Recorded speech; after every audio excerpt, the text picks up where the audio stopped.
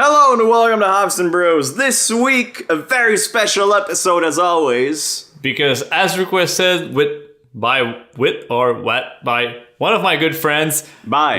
It's not even with or why, it's by. I know, it's West Coast IPAs. We're doing West Coast IPAs today. The one that started all. Kind of. For an open window on the crowded world, Max and Chris from Ups and Brew.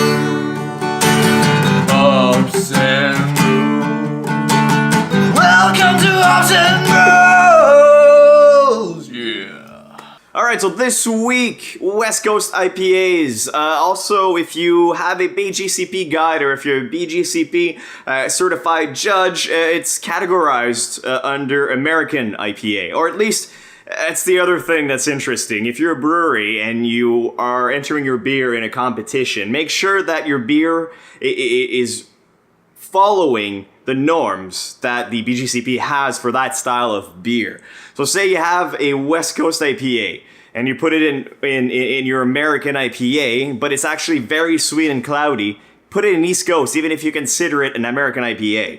It's going to win more things if it's in the category it resembles. It's kind of weird to say, but it's something that breweries don't necessarily think of. They think that their beer is this and that's that, and they don't really make the research to see if it actually fits in the style. Anyways, that's just a little tidbit note. But Chris, where West? Well, actually, do you have a comment on this or? Yeah, because Beer by the Numbers just did an episode on the new category that BJCP released for the I think the GABF or Great American Beer Festival. The AZ Pale Ale or AZ something, AZ IPA was introduced, and he was complaining about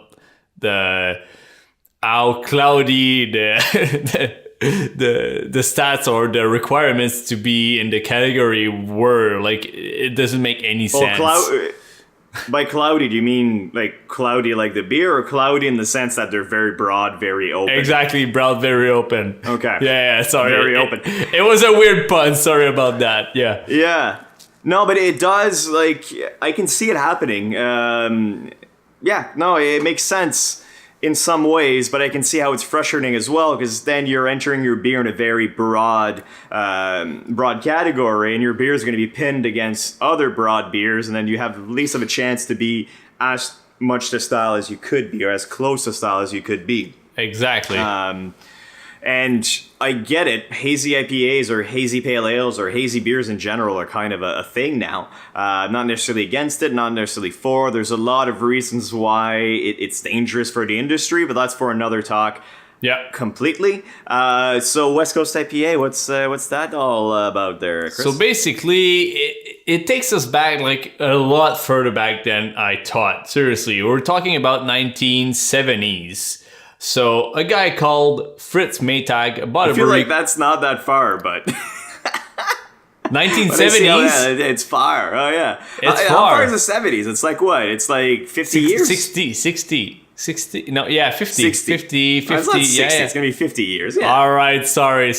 Okay. Sorry for our 70s listeners. You guys rocked it. We love you. I was going to say, I'm pretty sure we have a lot of listeners who are actually from the 70s. So I don't really want them to take offense to what we're saying. All right, so not that far from where we are now. So something like 1970s, really close like to where I was born.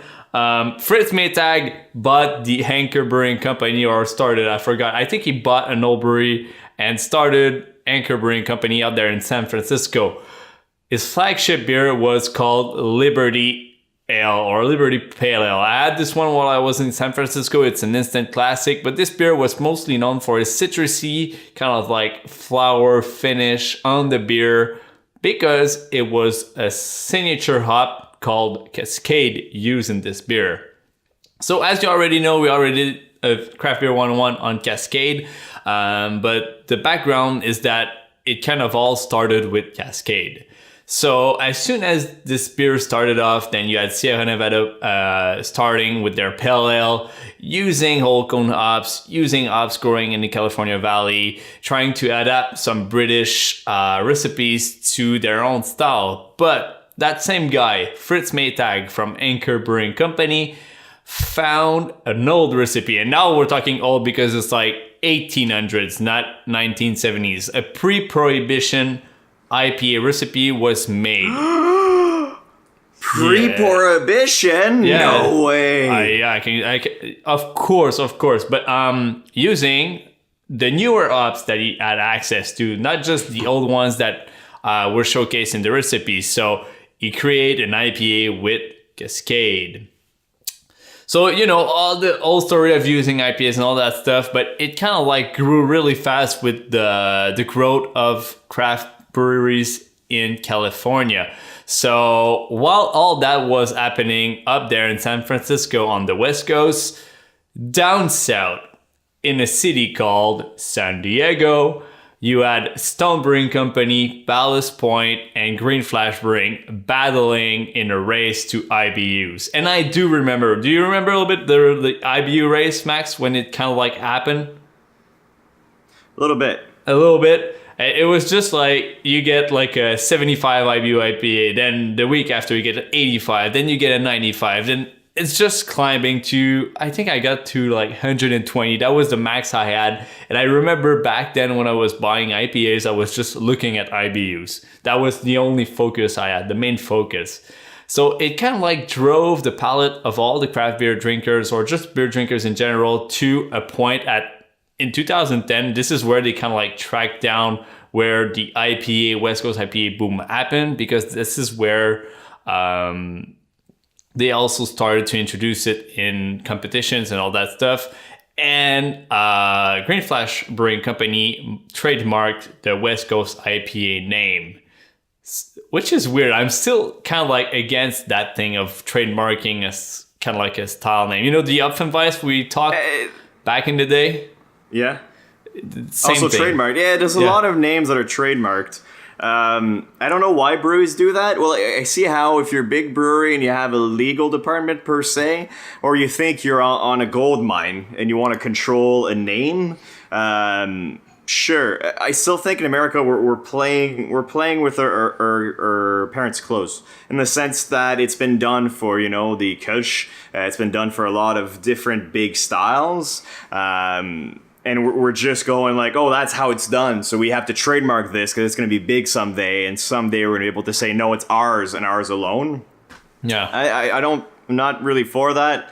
Although there's always a way around it. There's always a way to rebrand it, such as calling it American IPA, or in the case of the Kolsch, calling it a lagered ale or whatever, right? Those are just buzzwords that people use to try to sell. It's more of a marketing technique than it is really a brewer side kind of thing. We just brew beer and we brew beer to style. Exactly. And the marketing guys, they do whatever the hell they want. Yeah. So shall I hop into? No, yeah, go ahead. I'll just round up my old story part. Basically, West Coast IPA happened for one main reason, and it's the thirst of Americans of pushing the limit of your palate or the limit of how far you can go into hopping, which pushed breweries like Dogfish Head and also Sierra Nevada developing tools to dry hop their own beers, which is totally amazing. So it really pushed the industry into a booming IPA thing. But Max, how the whole thing worked? Was it Sierra Nevada that had the shaking table to add hops throughout the whole process? No, Dogfish Head had this. Sierra Nevada had torpedo hop something, which the torpedo hop. Yeah, okay. I still need to figure out what's that. Dogfish Head. Last I heard, Dogfish Head doesn't do that anymore. Because it's very much a marketing tool. Again, doesn't really do anything to your beer to add it throughout the whole process. Because as soon as your hop has been boiling for X amount of time, you're not going to get any aromatics or flavors from it. You're only going to get the alpha acids from it. So the fact that you're starting at the beginning and it's constantly getting hops, It's a gimmick. It really is. And it's an expensive gimmick after a while because, I mean, your costs are going to be a lot higher because, A, you have to create the machine. B, you have to maintain it. C, you have to make sure it's operational all the time. Another thing that a lot of brewers have started, well, home brewers in general, you have a lot of additions, right? Like you're going to add your hops at 60, and then you're going to add your hops at 45, and then 30, and then you're going to add a couple in between that, and you're going to have like 6 different hop additions. Yeah. You don't need 6 different hop additions. No. You technically only need 2. You need the first one, and then you need your Whirlpool edition to get those aromatics. It's really the only 2, and it's a big change you're seeing nowadays in breweries, even in Canada, where they started as home brewers and now they have professionals working with them, or they kind of slowly realize themselves that a lot of what they were doing was just tradition when the science wasn't backing it. Okay. Which I think is something really interesting. So, to get back to American IPAs, yeah, it's pretty much what it is. It's a hop-forward beer. If you follow the BJCP, again, I just had that class earlier, so that's why I'm kind of all BJCP'd up. Rambling, all BJCP. You're certified now, Max, right? No, I'm not certified at all. No, I'm going to try to do the test, but because it's a non-for-profit organization, it's very hard to actually sign up to get the test done. Okay. There's different windows, but there's only like 12 people at a time, and sometimes it's not in your area. Anyways, it's more complicated than it looks, but it is a good certification to have, or at least research on the beers through there. I find that their information is very accurate, very on point, very precise. It's a good resource to have regardless. So, yeah, with American style IPAs or West Coast style IPAs, very hop forward. Your girlfriend's birthday about 5 years ago, we went out to Villain Garçon. For the first time, and you had a West Coast IPA that was extremely piney, very, very bitter, and I followed you with it, and I hated it. I really did. I wasn't an IPA fan. I really wasn't. To me, it was just bitter. There was no subtlety to those beers. That was nowadays, amazing. you don't. Yeah, and you loved it, and I just didn't get it. Now I get it a little more. I'd like to have that beer again to see if it's just because. Yeah. It was overly hopped and overly bitter, and still I wouldn't like it. I don't know. I don't really know if it's just my palate that developed. Yeah, if I'm not wrong, I think it was Leo's Early Breakfast, which is kind of like an IPA brewed with tea. So probably something like that. I don't remember what it was. Yeah. I really don't, but I remember it was very piney. Anyways, so yeah, West Coast IPA, hop forward. The malt is very much in the background. Usually with beer, you're trying to balance it. With those types of IPAs, you're just trying to make it as hoppy as possible, as you mentioned. And nowadays, you also see a switch between only IBUs and only bitterness to a lot of flavor addition as well. So piney, fruity, a lot of citrus hops. And with the arrival, and all American hops too, very important to say, it's no import hops, all New World hops. Even though even though we started seeing some West Coast IPAs by like the end of the big spike, using some Nelson Sauvin when it came out, just end of parentheses. Yeah, but even there, again, technically, if you follow the BJCP and you, Nelson Sauvin is very wine-oriented in the aromas and the flavors, well, technically that's off style, so you would have to dock points for that because it's not New World hops. So technically for West Coast style, very New World hops. And now you're going to see a lot more Citra, Mosaic, and Simcoe because they're all, again, New World, but they're all super hops, you know? They're not just your Cascade with little essential oils. They're double, triple the amount of essential oils that you find in your traditional American hops. I think that covers most of it. Yeah, you think? You sure? I think so. I don't know. I don't think I have anything to add. It's pretty straightforward. Just make a very hoppy beer.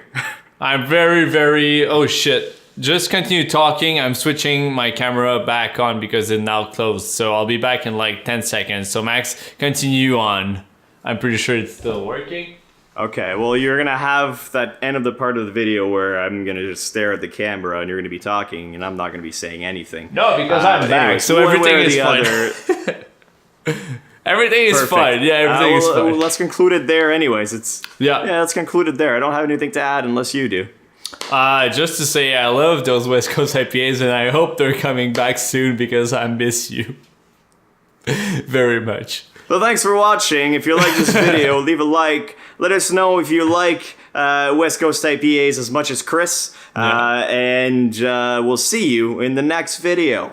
Yeah, of course. And Max will be there too. Are you? You really hate silence, don't you? You really have to I just fucking hate silence. I until the need just last to keep second. talking, yeah.